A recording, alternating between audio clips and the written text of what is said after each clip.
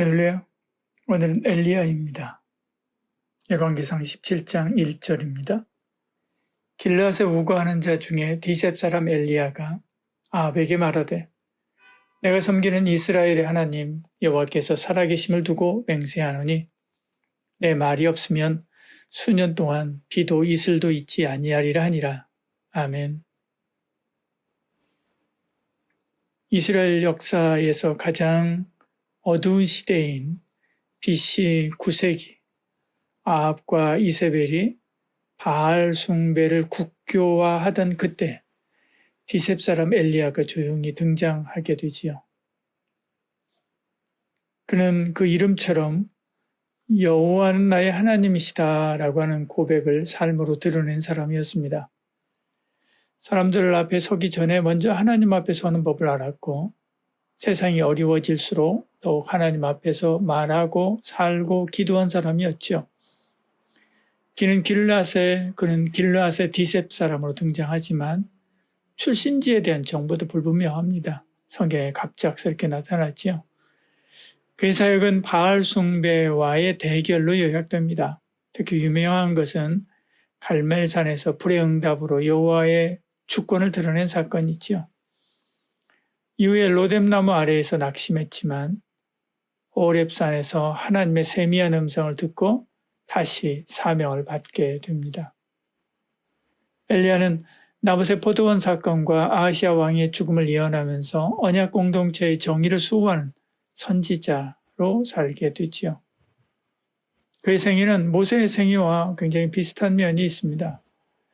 갑작스럽게 등장하고 상대하기 힘든 막강한 적을 홀로 대적합니다.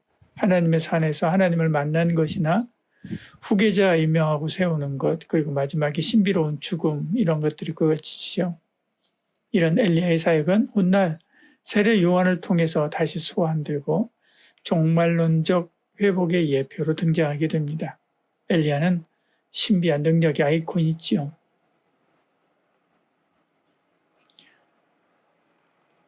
(17장 1절에서) 우리가 보았듯이요. 길르앗에 우거하는 자 중에 디셉 사람 엘리야가 그렇게 말씀합니다. 아합에게 말하되, 엘리야는 이스라엘 왕 아합 앞에 섰습니다. 그리고 내가 섬기는 이스라엘의 하나님 여호와께서 살아계심을 두고 맹세하노니 라고 말하죠. 그는 살아계신 하나님 앞에서 담대하게 직언을 했습니다. 엘리야는 무명의 사람입니다. 디셉 사람이라고 하는 정보 외에는 출신도 배경도 없습니다. 디셉이라고 하는 곳도 북방의 산악지대에 있지만 정확하게 어디인지 모릅니다. 오늘날로 말하면 지리산 산골짜기에 살던 사람이지요. 심지어 그가 몇 살에 사역을 시작했는지도 모릅니다. 모습도 털이 많은데 낙타 털옷을 입고 짐승 가죽 허리띠를 띄었습니다. 시골 촌뜨기가 따로 없지요.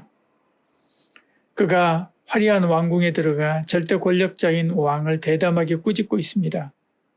하나님은 그런 그를 들어 구약 시대를 통틀어 가장 능력 있는 사람으로 세우고 사용하시지요. 다윗에게서 보았듯이 하나님은 겉모양이 아니라 마음의 중심을 보십니다. 우리는 누구 앞에 살고 있습니까? 사람의 시선을 두려워합니까? 아니면 하나님 앞에서 말하고 행동하는 삶을 살고 있습니까? 세상이 아니라 하나님 앞에서 살아야 됩니다. 그러면 하나님이 책임지시지요. 열왕기상 17장 2절 4절 이렇게 말씀합니다. 여호와의 말씀이 엘리야에게 임하여 이르시되 너는 여기서 떠나 동쪽으로 가서 요단 앞 그릿 시내가에 숨고 그 시냇물을 마시라. 내가 까마귀들에게 명령하여 거기서 너를 먹이게 하리라. 이렇게 말씀하죠. 하나님의 그를 그릿 시내가에 숨깁니다. 까마귀가 아침 저녁으로 떡과 고기를 가져다가 먹이지요. 후에는 사르밧 여인의 집에서 먹을 것을 공급하게 하십니다. 온 나라가 기근으로 고생할 때 그 집에는 밀가루통과 기름병이 마르지 않았습니다. 심지어 죽은 아들도 다시 살아났지요. 그를 통해서 이스라엘 안에 언약 공동체를 보호하시고 구원하셨습니다. 하나님의 손이 그와 그의 백성을 먹이고 돌보신 거지요. 하나님은 자기의 사람을 책임집니다. 사랑하시되 끝까지 사랑하지요. 여러분은 하나님의 공급하심을 믿고 그 자리에서 순종하고 있습니까? 하나님의 손길 앞에 서십시오. 없어도 부유하고 아무리 큰 질병이 있어도 생생하게 살 수 있습니다. 우리는 질병 때문에, 암 때문에 죽는 것이 아니라 하나님이 부르셨을 때 죽는 것입니다. 우리의 생명은 질병에 달려있지 않습니다. 그것은 우리를 부르시는 하나님의 도구일 뿐이지요. 그것에 붙들리지 마시길 바랍니다. 두려우면 지는 것입니다. 다만 하나님의 손길에 맡기고 그 손길 아래에서 사시길 바랍니다. 그러면 언제나 안전하고 배부르죠. 엘리야의 사역은 갈멜산 정상에서 절정에 오르게 됩니다. 갈멜산은 바알 선지자 450과 아세라 선지자 400명 총 850명과 대결하는 것입니다. 이때도 엘리야는 홀로 여호와 하나님의 이름으로 서게 되지요. 그리고 백성이 고통을 치면서 이렇게 말합니다. 열왕기상 18장 21절입니다. 엘리야가 모든 백성에 가까이 나아가 이르되 너희가 어느 때까지 둘 사이에서 머뭇하려느냐. 여호와가 만일 하나님이면 그를 따르고 바알이 만일 하나님이면 그를 따를지니라 하니 백성이 말 한마디도 대답하지 아니하는지라 말씀하죠. 하늘에서 불을 내려옵니다. 제단에 제물을 태우고 하나님의 백성이 엎드려 외칩니다. 여호와 그는 하나님이시로다. 하나님의 영광이 나타난 것이죠. 하나님의 영광이 나타나서 저와 여러분의 제단을 받기를 원합니다. 생활 예배를 받으시고 공적인 예배를 받으시고 헌신의 예배를 받으시고 찬송의 예배를 받으시며 영광 나타내기 원하시지요. 사람들이 우리 생활 예배를 통해서 과연 하나님이 살아계시는구나 단성을 지르게 하시길 바랍니다. 사람들이 우리의 공적인 예배를 통해서 하나님의 영광이 나타났다 고백하게 하시길 바랍니다. 그러기 위해서는 오직 하나님의 영광을 구해야 되지요. 먹든지 마시든지 일을 하든지 쉬든지 살든지 죽든지 하나님의 영광을 위해 해야 됩니다. 하나님의 불은 오늘도 하나님의 사람을 통해서 임합니다. 엘리야는 큰 승리를 이루었습니다. 하나님의 영광 앞에서 온 백성이 기뻐했죠. 그런데 이세벨의 위협 앞에 갑자기 낙심이 찾아왔습니다. 열왕기상 19장 1절 2절 이렇게 말씀하죠. 아합이 엘리야가 행한 그 모든 일과 그가 어떻게 모든 선지자를 죽였는지를 이세벨에게 말하니 이세벨이 사실을 엘리야에게 보내 이르되 내가 내일 이맘때 반드시 내 생명을 저 사람들 중 한 사람의 생명과 같게 하리라. 그렇게 말합니다. 갑자기 좌절이 찾아왔습니다. 그리고 광야로 도망가서 죽기를 구하지요. 여호와여 넉넉하오니 내 생명을 거두시옵소서. 이것이 하나님 앞에서의 삶을 놓친 인간의 연약함입니다. 반대로 생각해 보십시오. 이세벨의 입장에서 오히려 더 낙심해야 됩니다. 그동안 이룩한 모든 것을 하루아침에 잃었기 때문에 그렇지. 그것도 시골 촌뜨기 같은 엘리야 한 사람에게 잃어버렸습니다. 그러니 낙심을 해도 이세벨이 더 낙심해야 할 것입니다. 그런데 엘리야가 더 낙심했습니다. 그렇다고 하나님께서 그를 책망하지 않습니다. 오히려 떡과 물을 주시고 호렙산으로 인도하시지요. 거기서 엘리야는 강풍도 지진도 불도 아닌 세미한 음성 속에서 하나님을 만나게 됩니다. 승리의 영광만이 하나님이 나타나는 게 아닙니다. 실패 속에서도 하나님은 말씀합니다. 승리했을 때 함성에 도취되어서 하나님의 음성을 못 들을 수 있습니다. 실패했을 때 내 속의 아픔에 몰두해서 하나님의 음성을 못 들을 수 있습니다. 그러나 하나님의 말씀을 들어야 됩니다. 말씀을 들어야 계속 승리하고 말씀을 들어야 낙심해서 일어날 수 있습니다. 엘리야는 하나님의 음성을 듣고 다시 일어납니다. 우리도 그래야 됩니다. 고요한 중에 내게 주시는 하나님의 음성을 들으시길 바랍니다. 우리에게 사는 길은 그거밖에 없지요.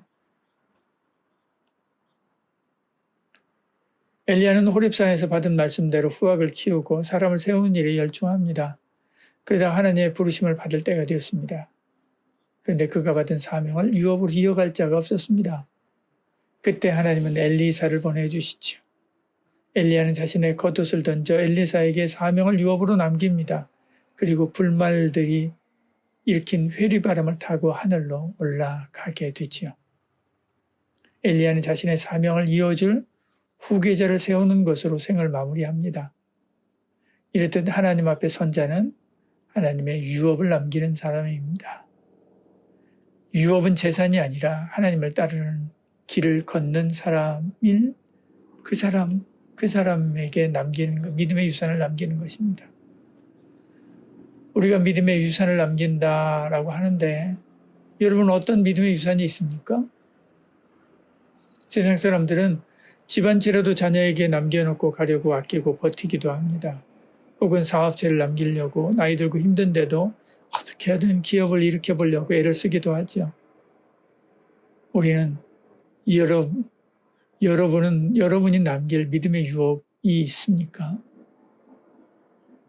믿음의 유업은 하루아침에 세워지지 않습니다. 지금 이 순간 하나님 앞에 바로 서는 삶이 쌓여 믿음의 유산이 되는 거지요. 그래서 우리 자녀들이 우리 어머니 아버지는 늘 기도하시는 분이었어. 그 기도로 우리가 살았지. 우리 어머니 아버지는 교회를 사랑하는 분이었어. 그렇게 헌신하니까 우리가 복을 받은 거야. 이렇게 말할 믿음의 유업을 남기시길 바랍니다. 엘리야는 평생 무대 위에서 박수받지 않았습니다. 그러나 하나님 앞에서 그는 온전한 순종과 전심으로 살았고 하나님은 그를 높이셨습니다. 오늘 우리의 시선은 어디를 향하고 있습니까? 하나님 앞입니까? 아니면 사람 앞입니까? 하나님 앞에 서는 사람만이 사람들 사이에서도 흔들리지 않습니다. 기도하겠습니다. 주님, 사람 앞에 서는 삶이 아니라 하나님 앞에 서는 삶이 되게 하여 주시옵소서. 고난과 고독 속에서도 영광 중에도 낙심의 순간에도 늘 하나님 앞에 사는 저희가 되게 하여 주시옵소서. 예수님 이름으로 기도드리옵나이다. 아멘. 조용히 들려오는 주님의 부르심 초보를 떠나 완전함으로 오라. 믿음의 터 위에 다시 서서 나의 전부를 주께 드립니다. 구원의 은혜 기억하며 회개와 믿음의 걸음 걷네. 세례의 물과 안수의 손길 내 삶에 임하신 주의 손길 완전한 대로 나아가리. 주의 뜻 안에 머무르리.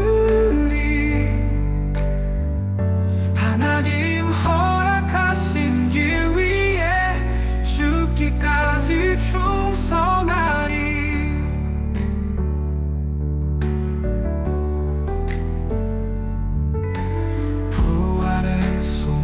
가슴에 품고 심판의 날도 두렵지 않네. 그날을 향해 오늘을 살아 주의 영광 위에 달려가네. 완전한 대로 나아가리. 주의 뜻 안에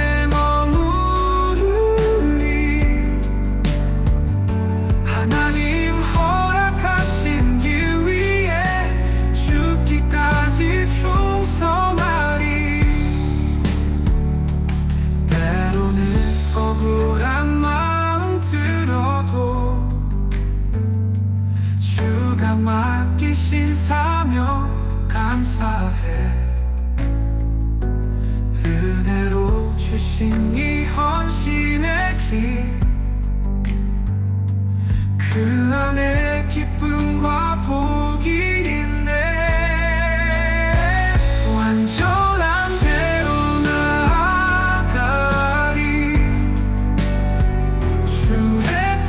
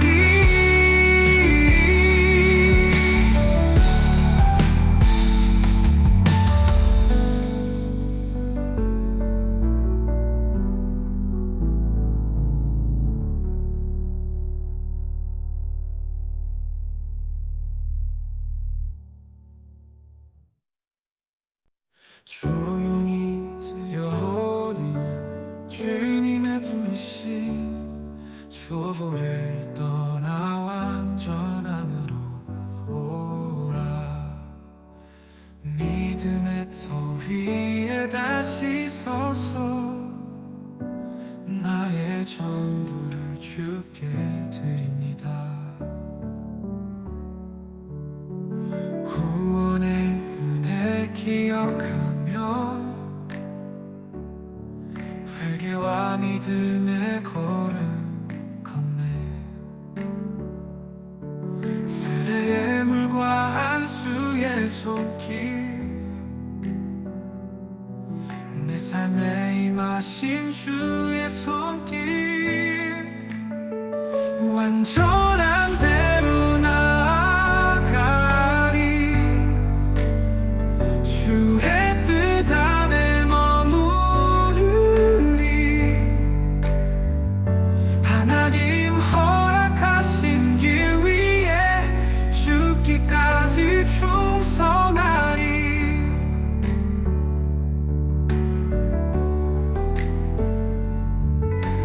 부활의 소망 가슴에 품고 심판의 날도 두렵지 않네. 그날을 향해 오늘을 살아 주의 영광 위해 달려가네. 완전한 대로 나아가리. 주의 뜻 안에 머무르리. 하나님 허락하신 길 위에 죽기까지 충성하리. 때로는 억울한 마음 들어도 주가 맡기신 사명 감사해. 은혜로 주신 이 헌신의 길 그 안에 기쁨과 복이 있네. 완전한 대로 나아가리. 주의 뜻 안에 머무르리. 하나님 허락하신 길 위에 죽기까지 충성하리. 나태함과 낙심을 이기고 기쁜 믿음으로 자라다니. 세상 끝날까지 주와 함께 영원 구원의 힘을 다하리. 완전한 대로 나아가리. 주의 뜻